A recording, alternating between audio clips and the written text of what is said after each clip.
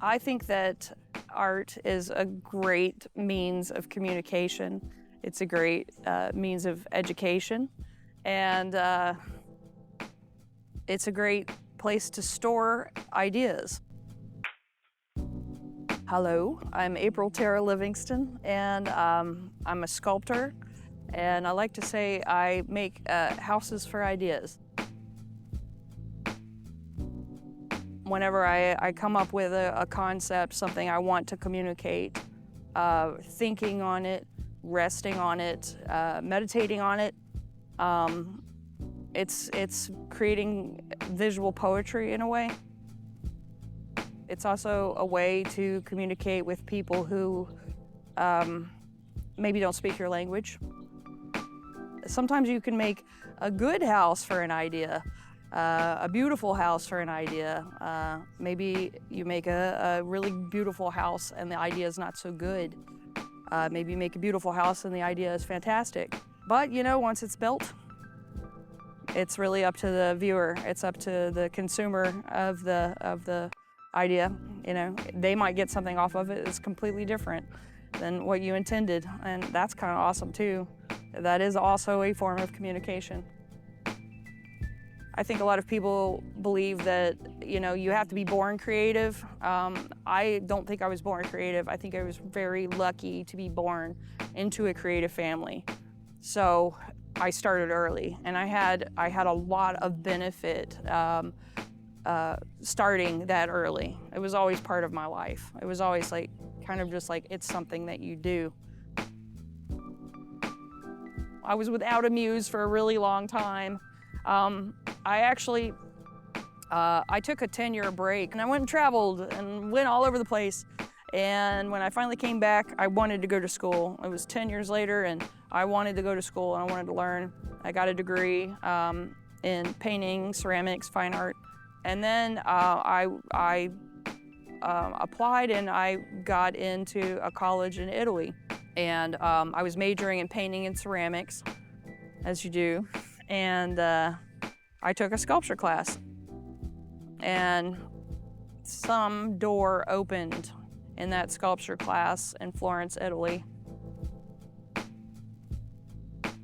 If I do sculpture, I can do everything.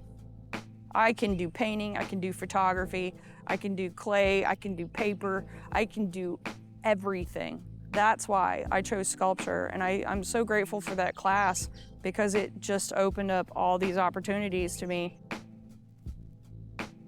I like to say, you know, I'm definitely an artist and an activist. I think, again, art is one of the best ways to communicate ideas and to educate people. I'm making it in materials like that idea, that message is going to go forward. It will go, it will last. I have picked historical figures, maybe who their stories haven't been told. I also love nature. I love biology. I'm an Alabama master naturalist. And so I make work about endangered species or environmental issues that maybe people don't know about. I love to go to different communities and learn from the community, say, well, what is the problem here? Or what is it that you need other people to know about? And let's make something about it. Let's make something people talk about and come to and visit, and, you know, let's educate them through this. I did a project here in Mobile, but it was nice because it was sponsored by the Mobile Medical Museum, and they were asking for a sculpture that would honor midwives. I got to interview a bunch of midwives around Alabama, and I took casts of their hands and made a sculpture that's like kind of a conglomerate of their hands. I had sculpted a pregnant belly, and I put the hands on the belly, kind of around the belly button, because that's the connection between the mother and the child. But then this was the support, you know, around the belly, like all these hands.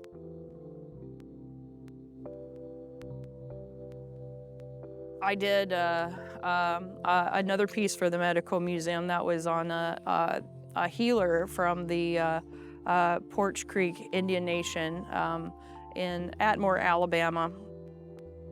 As far as I know, in Mobile, it's the only representational sculpture of a living or used to be living woman in Mobile.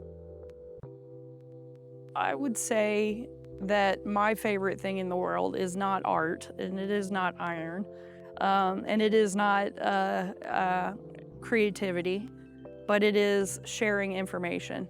My favorite thing in the world is sharing information. I like to give the information I have, and I like to receive the information that you have. And I could do that in any form or fashion for the rest of my life and be totally happy. I think teaching is important, you know, in the iron community, outside of the iron community. It is definitely an identity that I feel that has become woven into who I am. I am a teacher. I am a student, though, as well. I don't want to be, you know, I am forever a student, forever learning. I hope you know, until I die, I get to learn new stuff. It's wonderful. The people are wonderful, and there's always something to learn. I learn something like every single time I do it, and meet new people who have new methods, and you can completely nerd out on all the technicals, but you also have the ability to make wonderful sculpture that will certainly outlive all of us. I've made a lot of mistakes with what I've created, you know, but I've been learning the whole time. And as I get older and I keep making, you know, I think I've created a language of sculpture that hopefully will translate the ideas that I want to translate.